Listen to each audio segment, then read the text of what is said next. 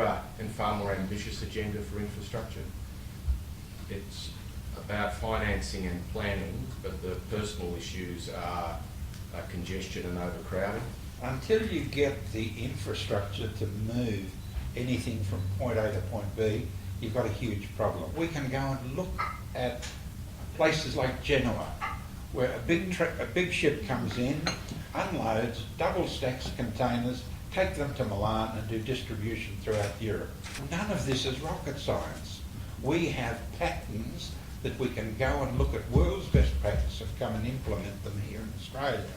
We are a third world country compared to the development of China, India, and really the rest of the world.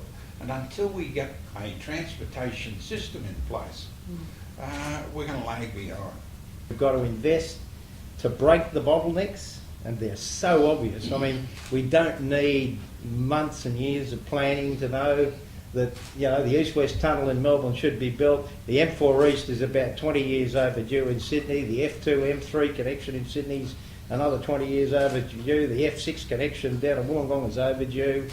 The upgrade of the railway systems, freight rail on the east coast of Australia is long overdue. You don't have to be a road scholar to work out these need investment. They need it now.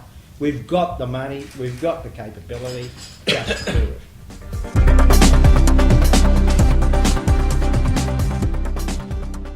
We lack outcome in our political system. Why? Because we have three sectors: local government, state government and federal government, and we only have 21 million people. Yeah. Now, we are governed by so many people having so many meetings that there is no outcome. Politicians look for things that they can solve, and Commonwealth state issues are complicated, they don't control them, they take a long time. Politicians do not have the patience, not because of them personally, but because their timetables are so immediate. They will focus on things that they can announce and do themselves. Yeah, it's always been attractive in the short term to fund a new road project. Yes. There's political upside, there's Cut the ribbon. Immediate gratification. Whereas what we've needed is long-term investment in rail. But it has to be an overall plan so that the Victorian rail gauge doesn't change once it gets to Albury and run on to Sydney separate, and once it gets to Brisbane, change the gauge again. We did that 80 years ago.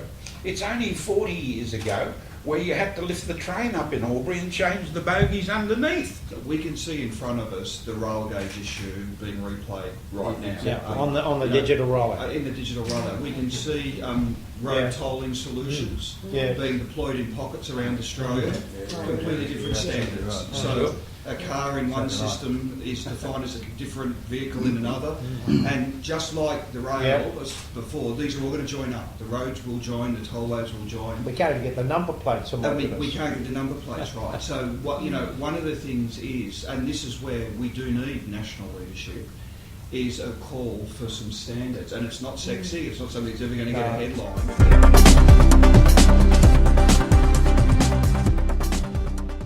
Our superannuation funds are still getting that 9% going to 12%.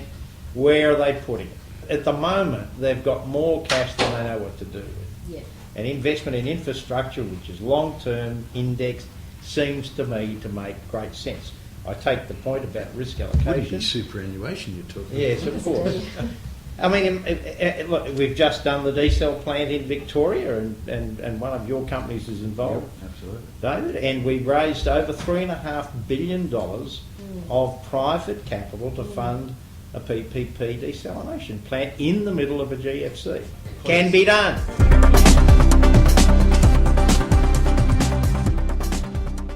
There's no question in my mind that on all accounts, we're well and truly behind international best practice.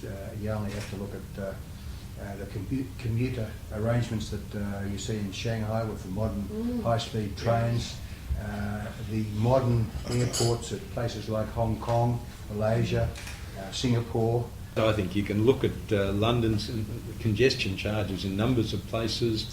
You can look at what Germany's now doing. Lindsay probably has much more detailed understanding what they're doing with heavy traffic, with trucks and buses and things.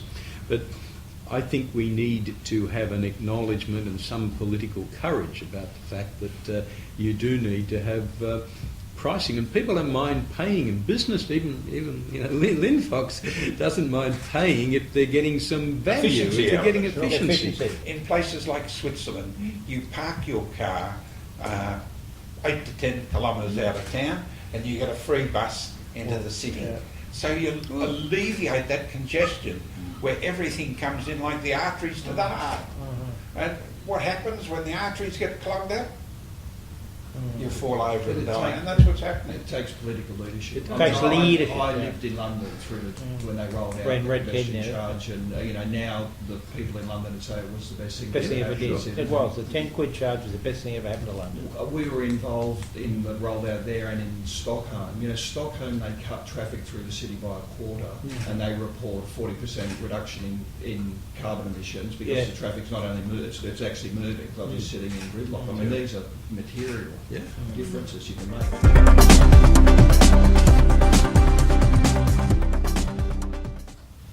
I'll start.